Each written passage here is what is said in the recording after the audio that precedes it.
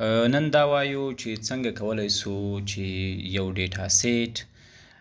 یا یو ډیټا موږ له پاور بی آی ډیسکټاپ سره کنیکټ کو او یا هم پاور بی آی ډیسکټاپ ته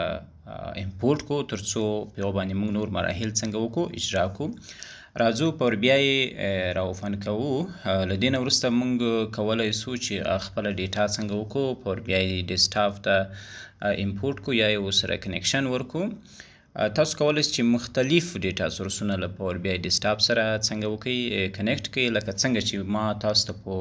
لومړۍ او دوهمه ویډیو کې ویلي وو چې کوم ډیټا سورسونه موږ کولی سو چې د پاور بی آی ډیسکټاپ سره کنیکټ کړو. که بیا هم تاسو په اړه معلومات غواړئ، زما مخکینی ویډیوګانې د پاور بی آی ډیسکټاپ په ټیوټوریالز کورس کې کولی شئ چې هغلته پیدا کړئ. نو موږ کولی سو چې پاور بی آی ډیسکټاپ له ایکسل سره کنیکشن ورکو او یا هم له اس کیو ایل سرور ډیټابیس سره کنیکشن ورکو او یا هم له نورو اوریکل ډیټابیس سره کنیکشن ورکو. له مختلفو ډیټابیسو سره موږ کولی سو چې کنیکشن ورکو ډیټا سورسو سره او هغه ډیټا موږ ډیټا یا پاور بی آی ډیسکټاپ ته څنګه وکړو امپورټ کو. راځو موږ دلته د بلنک ریپورټ باندې کلیک کوو. له دې نه وروسته موږ ته د پاور بی آی ډیسکټاپ وینډو راځي. نو موږ کولی سو له دې نه مخکې چې لاړ سو ډیټا راواخلو. راځو په دلته په ګیټ ډیټا باندې موږ کلیک کوو. موږ تاسو کولی سو چې په دغه امپورټ ډیټا فرام ایکسل له ایکسل نه که چېرته را امپورټ کوو، په دې باندې چې کلیک وکړو هم تاسو وړي چېرته مو چې ستاسو ایکسل فایل ایښی دی هغلته وړي. راځو دلته زما سره را ډیټا ده، په همدې باندې کلیک کوو او را اوپن کوو مې پاور بی آی ډیسکټاپ ته چې تر څو پورې موږ هغه خپل مراحل ورباندې څنګه وکړو اجرا کوو. مخکې له دې چې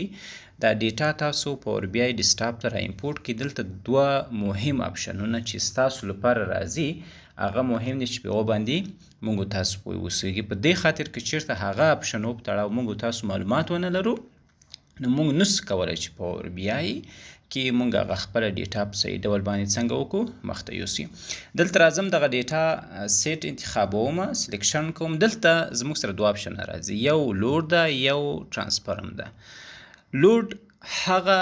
اپشن دی چې موږ کولی سو چې دا ډیټا ډایرکټ د پاور بی آی ډیسکټاپ وینډو ته څنګه وکړو امپورټ یې کړو، یعنې بغیر په هغو کې موږ کوم ډیټا کلینینګ مراحل نسو ترسره کولی. او که په ترانسفرم باندې موږ کلیک وکړو بیا نو موږ کولی سو چې هغه ډیټا سیټ چې موږ یې پاور بی آی ډیسکټاپ ته امپورټ کوو یا کنیکشن ورسره ورکوو، په هغو کې موږ کولی سو چې ډیټا کلینینګ یا ډیټا سټرکچرینګ څنګه وکړو ترسره وکړو، ډیټا کلین کړو، د هغو نه وروسته نور مراحل ترسره کړو. نو موږ اول په لوډ باندې کلیک کوو. نو دلته زموږ سره هغه ډیټا د پاور بی آی ډیسکټاپ وینډو ته راځي. نو راسي دلته زموږ سره د ډیټا بخش کې رایټ سایډ کې تاسو کولی شئ چې وګورئ دغه زموږ سره څنګه وکړو هغه ډیټا ده چې زموږ نه موږ پاور بی آی ته څنګه وکړه امپورټ کړه او دلته زموږ سره په پاور بی آی ډیسکټاپ په وینډو بخش کې زموږ سره راځي. نو په دې باندې موږ ډبل کلیک کوو او راځي دلته زموږ سره ډیټا پاور بی آی ډیسکټاپ ته.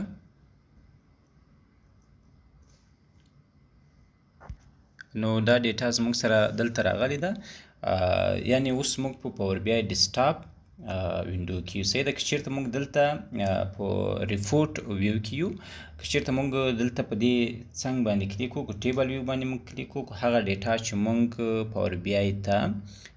امپورټ کړه هغه ټوله زموږ سره څنګه کېږي دلته ښکارېږي چې کوم فیلډونه دي او کومه ډیټا ده. صحیح ده. نو موږ دغه زموږ لپاره په پاور بی آی ډیسکټاپ کې هغه ډیټا د لوډینګ حالات دی. نو زه کولی شم له دې ځای نه دغه ډیټا سیټ بیرته څنګه وکړمه ډیلیټ فرام موډل څخه، یعنې له دې موډل څخه یې زه څنګه وکړم ایسته کړم یا له منځه یوسم. صحیح ده. نو له دې نه وروسته موږ کولی سو چې دغه ډیټا پاور بی آی ډیسکټاپ ته بیرته څنګه وکړم امپورټ یې کړم تر څو هغه نور مراحل ورباندې اجرا کړم. راځم ګیټ ډیټا ته او دلته تاسو کولی شئ چې له مختلف ډیټا سورسو څخه څنګه وکړئ ډیټا پاور بی آی ډیسکټاپ ته څنګه وکړئ امپورټ کړئ، لکه ایکسل نه، له اس کیو سرور نه، له ویب نه، همداسې انالایسیس سرویسز څخه انلاین پلیټفارمو څخه که د مور اپشن باندې تاسو کلیک وکړئ دلته زموږ سره مختلف ډیټا سورسونه راځي صحیح ده یا پلیټفارمونه راځي لکه اکسس ډیټابیس څخه هم کولی شئ له شیر پوینټ سره هم کولی شئ تاسو ډیټا امپورټ کړئ پی ډي اف فایل کولی شئ څنګه وکړئ ډیټابیس ډیټا کنکشن ورکړئ له پاور بی آی ډیسکټاپ سره نو دغه د پلیټفارمونو یا د ډیټا سورسونو یو لیست دی او په فایل کې خو مونږ کولی شو چې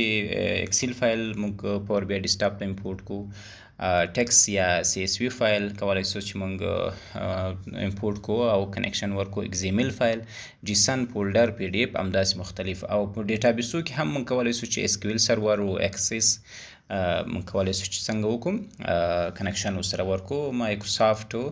همداسې پاور بی آی پلیټفارمونو باندې موږ کولی شو اژر کولی شو چې موږ کنکشن ورسره وکړو خو موږ راځو یوازې اوس په فعلا په فایل باندې کلیک کوو او دلته راځو اکسل ورک بک باندې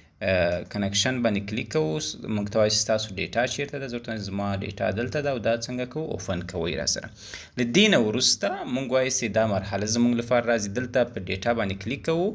او دلته زموږ سره دوه اپشنونه راځي لکه مخکې ما چې ویلي چې یو لوډ ده یو ترانسفرم ډیټا ده بیا هم وایم چې په ترانسفرم ډیټا کې تاسو کولی شئ چې په ډیټا سیټ کې څنګه وکړئ تغییرات راولئ ډیټا کلینینګ پکې وکړئ او ډیټا سټرکچرینګ پکې وکړئ منظمه یې کړئ تر څو یو صحیح تحلیل یا صحیح نتیجه ګیري ستاسو لپاره ونیسي یا تاسو کولی شئ چې په دې ډیټا باندې صحیح باوري او ان ټایم نتیجه ګیري ونیسي نو په دې باندې ترانسفرم ډیټا باندې موږ کلیک کوو او موږ ډایرکټ راوړي د پاور بی آی کیوري ایډیټور ته کیوري ایډیټور لکه مخکې چې ما درته ویلي چې په دې کې موږ کولی شو چې ډیټا کلینینګ وکړو او ډیټا سټرکچرینګ وکړو چې زموږ ډیټا د دې لپاره آماده سي چې موږ په دې باندې یو صحیح ډیسیژن واخلو یا یو صحیح تحلیل ور باندې اجرا کړو صحیح ده نو په دې کې تاسو کولی شئ چې ډیټا کلینینګ وکړئ انشاءالله ډیټا کلینینګ موږ په راتلونکي ویډیوګانو کې ستاسو لپاره وایو اوس زموږ لپاره همدا ډیټا کنکشن بخشو نو دلته تاسو کولی شئ چې بیا هم له مختلفو ډیټا سورسو څخه څنګه وکړئ ډیټا پاور بی آی ته څنګه وکړئ امپورټ کړئ لکه اس کیو ایل سرور ده ویب ده او داسې نور سی اس وی فایلونه دي صحیح ده او له دې ځای نه تاسو کولی شئ چې بیرته دغه ډیټا څنګه وکړئ ډیلیټ کړئ په دغه سیل ډیټا باندې کلیک کوم او راځم دلته وایم چې دا زما لپاره څنګه وکړه ډیلیټ کړه یا یې له بینه ویسه زه یې په پاور کیوري ایډیټور کې نه غواړم نو دا زموږ لپاره د ډیټا کنکشن و چې څنګه ډیټا کولی شو پاور بی آی ډیسکټاپ ته امپورټ کړو او په راتلونکي ویډیو کې به مونږ وایو چې څنګه کولی شو اکسس ډیټابیس کې چیرته مونږ یو ډیټا ولرو یو ډیټابیس ولرو هغه څنګه له پاور بی آی ډیسکټاپ سره کنیکټ کړو او اس کیو ایل سرور کې مونږ یو ډیټابیس جوړو او دا به وایي چې څنګه کولی شو چې اس کیو ایل سرور او پاور بی آی ترمنځ مونږ کنکشن جوړ کړو نو ډېر